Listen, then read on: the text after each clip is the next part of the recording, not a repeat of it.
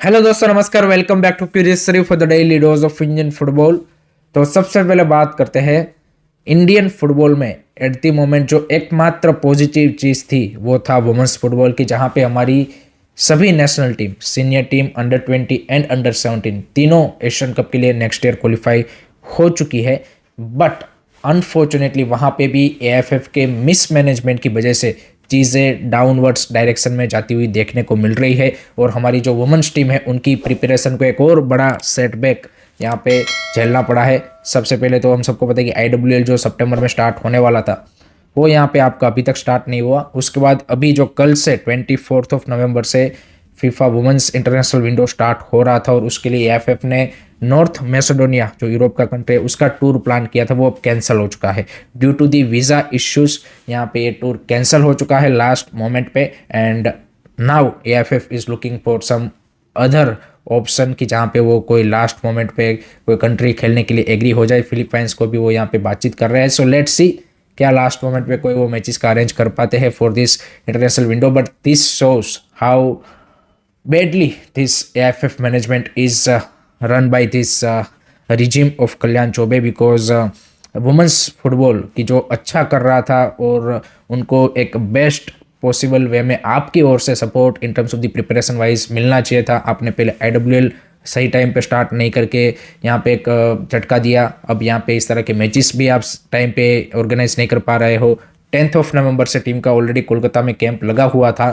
So this is how Kalyan Choubey management is doing at the moment and women's football में भी जो best preparation उनको मिलनी चाहिए अनफॉर्चुनेटली वो यहाँ पे नहीं मिल रही है। आईडब्ल्यूएल का भी अभी टेंडर निकला हुआ है।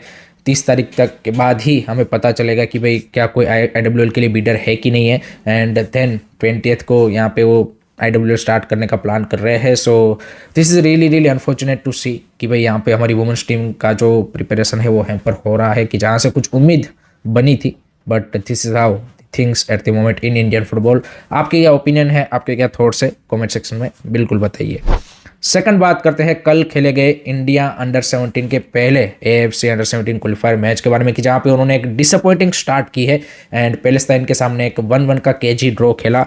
डिसअपॉइंटिंग इसलिए दोस्तों बिकॉज ये मैच हमें जीतना चाहिए था, हमारे क्वालिफिकेशन के पर्सपेक्टिव से भी मस्ट विन गेम था, क्योंकि ये जो हमने 2 पॉइंट यहाँ पे ड्रॉप किए हैं ये हमें लास्ट में डेफिनेटली कोस्ट कर सकते हैं क्वालिफिकेशन प्लेस।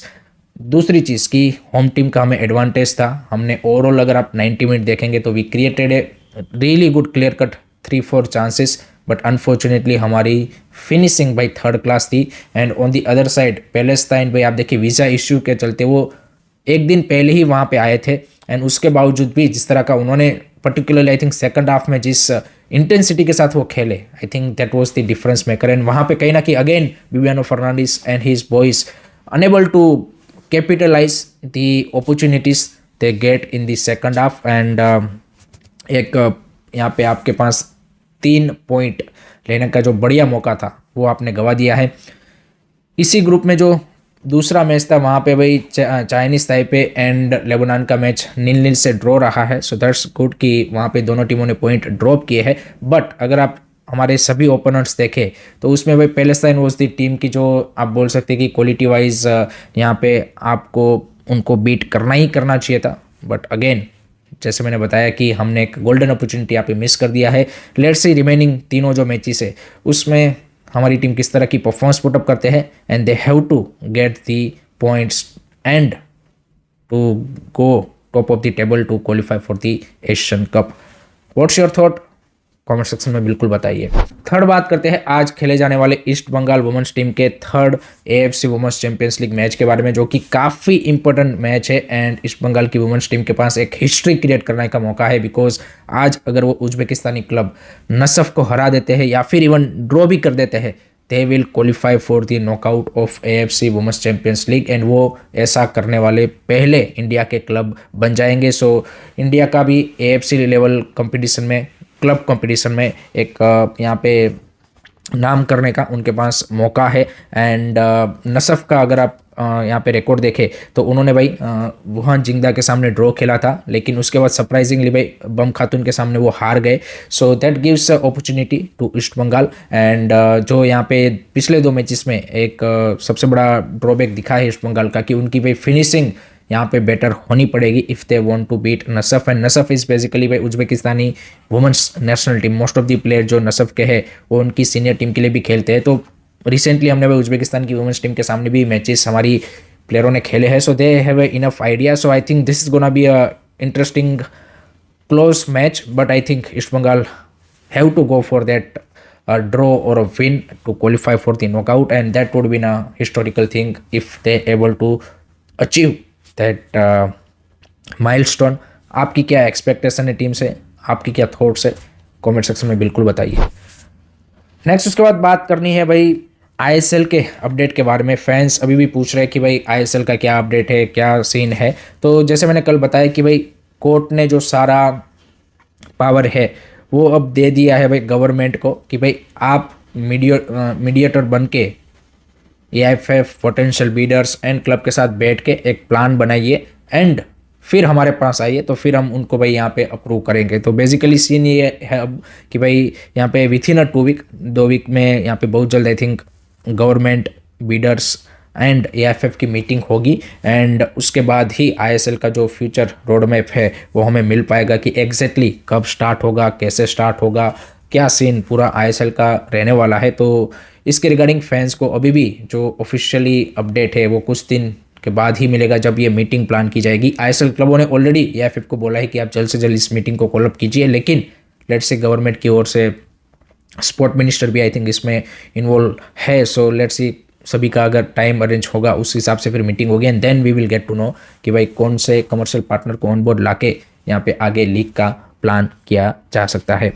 लास्ट में बात करनी है ओसीआई के बारे में, बिकॉज रिसेंटली जो यान दंदा एंड रेन विलियम्स का सीन हुआ उसके बाद अब फैंस के दिमाग में एक जेन्युइन क्वेश्चन भी आ रहा है कि भाई कब हमें और ज़्यादा ओसीआई प्लेयर्स देखने को मिलेंगे। तो देखिए सीन ये है कि भाई जैसे मैंने कल भी आपको बताया था कि करंट गवर्नमेंट के रूल्स पॉलिसी के हिसाब से still there is a lot of challenges for any OCI player to play for Indian national team. आप देखिए रेन विलियम्स खुद को भाई यहाँ पे 2 साल लगे टू अचीव दिस थिंग।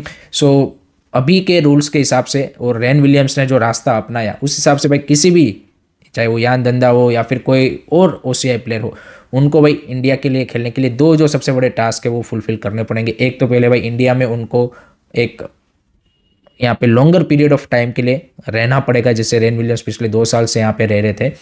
और दूसरा उनको अपना पासपोर्ट गिवन अप करना पड़ेगा। ये 2 बड़े डिसीजन है कि जो यहाँ पे किसी भी ओसीआई प्लेयर को करंट रूल्स के हिसाब से लेने पड़ेंगे। अगर गवर्नमेंट आगे जाके इस रूल्स में यहाँ पे चेंजेस करती है तब जाके अलग सिनारियो हो जाएगा, तब शायद जल्दी भी मिल सकता है।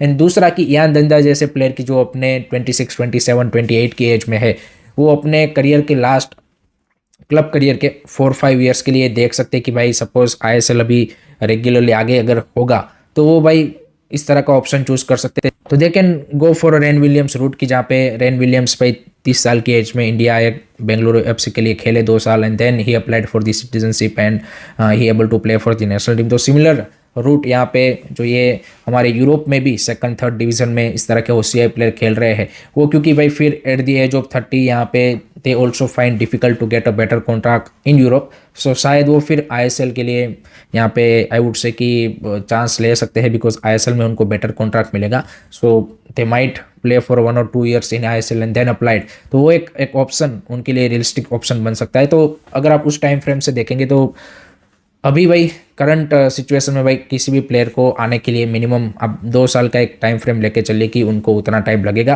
अगर गवर्नमेंट रूल्स में चेंजेस नहीं करती है तो।